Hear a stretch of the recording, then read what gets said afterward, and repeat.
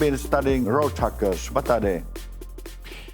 Well, as we know, the transportation is becoming automated step by step. Within the next 10 years, we are going to see automated like tax type of traffic. So robotic vehicles, which are becoming more and more common as time goes on. Well, the traffic in general, like even the drone traffic and so on, are becoming automated. And once the traffic is getting automated, the traffic management system is needed. And the traffic management system requires software, of course, and some sort of artificial intelligence, which is coordinating this traffic, for example, and especially in city environment. We have already seen the first steps of this development. It's not sure that whole traffic is eventually becoming automated, or it may take very long time span. Within next 10 years, we will see developments on this. But what is the point when we actually need the coordination for the whole software and the traffic management? It may take well over 10 years, but anyways, we are going to see that kind of development, and there are enormous amount of vulnerabilities, of course. So we see that anyway we have a trust that the benefits are going to be much bigger than the challenges.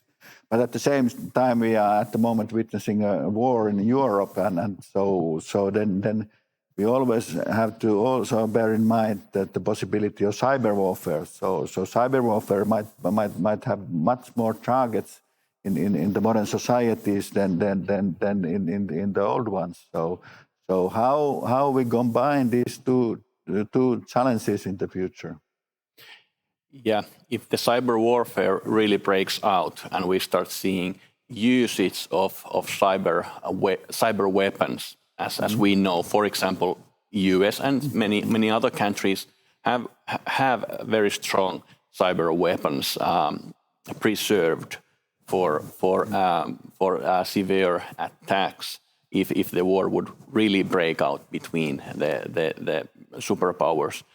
So the cyber weapons use would, of course, undermine the development of the automated traffic.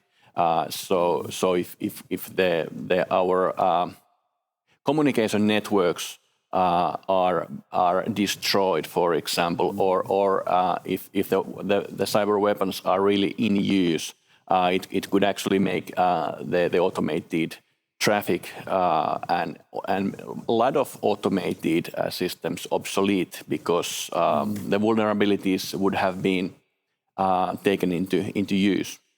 Yeah, what is the difference between cyber weapons and cyber capabilities? So is there a civilian cyber weapon and military cyber weapon, or are they the same?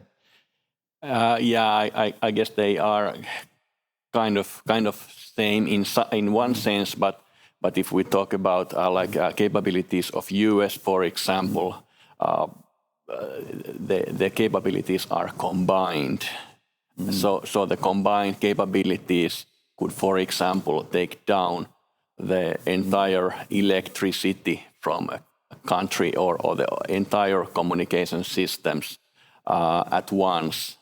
So there are multiple holes in the grid which can be targeted, and once these multiple holes are targeted and striked simultaneously, that's like a cyber weaponry attack.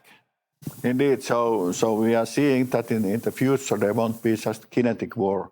It will be a hybrid or multi-dimensional war. So the cyber weapons are going to be part of the new war, in concept. And of course, if we're thinking positive, so we can see that if we can create really powerful cyber weapons, so we can build the deterrence, because you can hit back with the cyber weapon to the kinetic attack. And by destroying the logistic and all the modern weapon systems can be eliminated with cyber weapons. So So how do you see, is it going to change the balance? So actually the kinetic weapons are a little bit going to be on the side, and the cyber weapons are going to rise in the more decisive role in the future? That is very interesting question what you made, and I don't have clear opinion on that, but what we can actually see is that the cyber weapons are under development, and there is that's very very good concept, the cyber deterrence. The cyber deterrence, what actually I emphasized already, they are very powerful weapons, and when you don't use the weapons, but the opponent knows that you have these weapons, that's deterrence. And the cyber deterrence is actually, you can actually draw the red lines. If you go beyond this line, then we are going to use the cyber weapons in full scale, and that would be very destructive. So I guess in the cyber warfare domain, there is going to be, the deterrence is in use, the weapons are kept on the side. And so that's another domain alongside with the physical weaponry and warfare capabilities.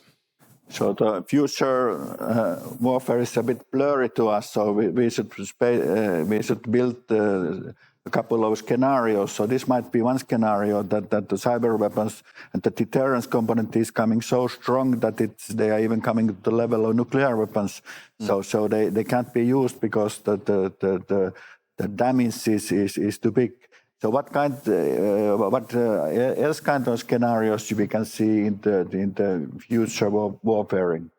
Robotic armies and the automated killer drones and all such things. That's another domain. And of course, the cyber weaponry is strongly connected to that, because with the cyber weapons, you can actually undermine the capabilities of the automated robotic weaponry and army.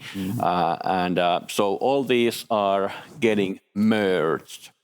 So we can actually see into the two lines. The one possibility is that deterrence is coming stronger, but the other end is that it's easier to use the cyber weapons. So the cyber warfare is going to be the future megatrend in a way, because the damage can be controlled and it can be more targeted. And when we are forecasting the future, and we want to be more successful and more competitive in the future and to build better security for our society. So I think we need to build a couple of scenarios. We need to build several scenarios. There are many alternatives how this may start playing out. But from the point of view of Finland, for example, we need to develop the cyber capabilities and both for the defensive side and also for the offensive side. And the self-sufficiency, that is something very important as we go to the future. Self-sufficiency in all levels, alongside, of course, with the cooperation and trade, but also being prepared for total blockouts. Future crises, they are going to be more and more multidimensional. So we have to prepare in a way that the societies have to be stronger. The well-being and the good governance and everything is important. And we see the information domain, we see the cyber domain. They are integral part of the building the future societies. So in a way, also the military and the civilian processes, they are coming more and more independent in the future. Now it's just a question how smart we are, and the more better life and more competitive we can be in the future. Thank you very much, Tuomo. Thank you, Aapo.